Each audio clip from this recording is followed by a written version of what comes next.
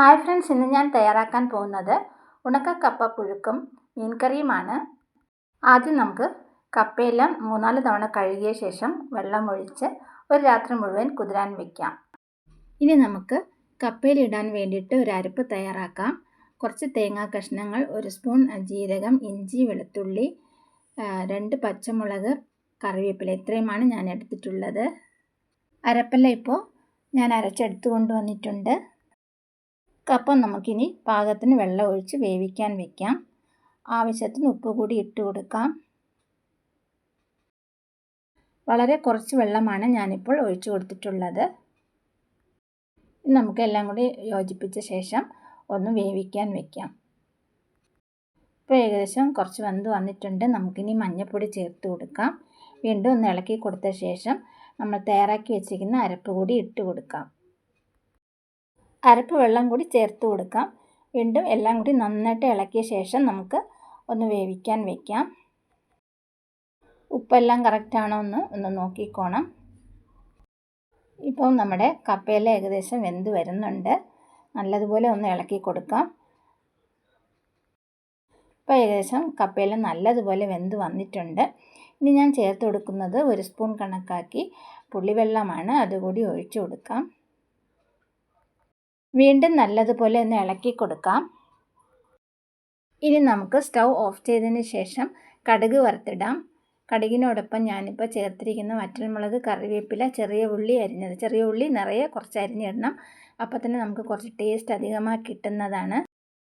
ഇപ്പോൾ നമ്മുടെ ഉണക്കക്കപ്പ പുഴുക്കൊക്കെ റെഡി ആയിട്ടുണ്ട്. ഇനി നമുക്കൊന്ന് മാറ്റി വെച്ചേക്കാം. ഇനി ഞാൻ ചെയ്യാൻ പോകുന്നത് മീൻ കറിയാണ്. തേങ്ങാപ്പാര മീനാണ് എനിക്കിപ്പോൾ കിട്ടിയിട്ടുള്ളത്. വറ്റ മീൻ എന്നും പറയാറുണ്ട് ഇതിനെ. മീനെല്ലാം കഴുകി വൃത്തിയാക്കിയ ശേഷം ഞാനിപ്പോൾ ഇതുപോലെ കഷ്ണങ്ങളാക്കി എടുത്തിട്ടുണ്ട്. ഇനി 1 കപ്പ് പുളിവെള്ളമാണ് എടുക്കേണ്ടത്. അതിലോട്ട് ഒരു 50 ഗ്രാം മീൻ കറി മസാല ചേർത്ത് കൊടുക്കാം. ആവശ്യത്തിന് കുറച്ച് കല്ലുപ്പ് കൂടി ചേർത്ത് കൊടുക്കാം. ഇനി എല്ലാം കൂടി നന്നായിട്ടൊന്ന് മിക്സ് ചെയ്തെടുക്കുക. ഇനി നമുക്ക് ഇതിലോട്ട് നമ്മൾ കഴുകി വൃത്തിയാക്കി വെച്ചിരിക്കുന്ന മീൻ കഷ്ണങ്ങളൊക്കെ ചേർത്ത് കൊടുക്കാം. ഇത് നമുക്ക് 1 മണിക്കൂർ ഉപ്പും പുളിയും പിടിക്കാനായിട്ട് മാറ്റി വെച്ചേക്കണം. അതിനുശേഷം വേണം കറി വയ്ക്കാൻ എടുക്കാനായിട്ട്.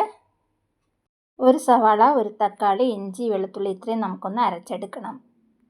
ഇനി ഒരു ചട്ടിയിലോട്ട് എണ്ണയും കടുകൊക്കെ ഇട്ട് കൊടുത്തിട്ടുണ്ട്. കടുക് പൊട്ടിയാൽ ഉടൻ തന്നെ നമുക്ക് ഉലുവ ചേർത്ത് കൊടുക്കാം. അതിനുശേഷം നമ്മൾ അരിഞ്ഞു വെച്ചിരിക്കുന്ന ചെറിയ ഉള്ളി നമുക്ക് ചേർത്ത് കൊടുക്കാം. 1 പിടി ചെറിയ ഉള്ളിയാണ് ഞാനിപ്പോൾ അരിഞ്ഞെടുത്തിട്ടുള്ളത്. അത് നന്നായിട്ടൊന്ന് വഴറ്റിയെടുക്കുക. ഉള്ളിയെല്ലാം വാടി വരുന്ന സമയത്ത് മഞ്ഞൾ ചേർത്ത് കൊടുക്കാം. 1/2 സ്പൂൺ മഞ്ഞൾ ചേർത്ത് കൊടുക്കുന്നുണ്ട്. വീണ്ടും ഒന്ന് വഴറ്റി കൊടുക്കാം. ഇനി ഞാൻ ചേർത്ത് കൊടുക്കുന്നത് സവാള, തക്കാളി, ഇഞ്ചി, വെളുത്തുള്ളി അരച്ചതാണ്. അതുകൂടി ചേർത്ത് കൊടുക്കാം.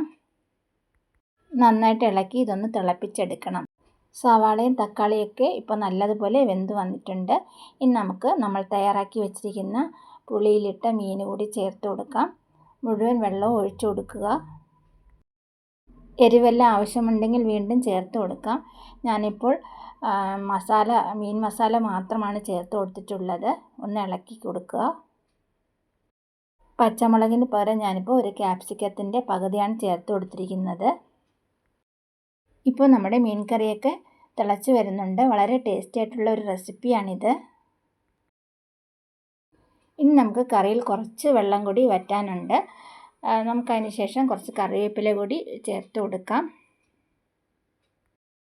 ഇനി നമുക്ക് സ്റ്റൗ ഓഫ് ചെയ്യാം. ബാക്കി വെള്ളമൊക്കെ ചട്ടിയിലിരുന്ന് തന്നെ വറ്റുന്നതാണ്. ഇപ്പോൾ നമ്മുടെ വളരെ രുചികരമായ ഉണക്കക്കപ്പ പുഴുക്കും മീൻ കറിയൊക്കെ റെഡി ആയിട്ടുണ്ട്. 2 റെസിപ്പീസും ഇഷ്ടമായാൽ തീർച്ചയായിട്ടും എല്ലാവരും ഒന്ന് ട്രൈ ചെയ്ത് നോക്കുക. വീഡിയോ ഇഷ്ടമായാൽ ലൈക്ക്, ഷെയർ ആൻഡ് സബ്സ്ക്രൈബ് ചെയ്യുക. അതുപോലെ നിങ്ങളുടെ കമൻസും എന്നെ അറിയിക്കുക.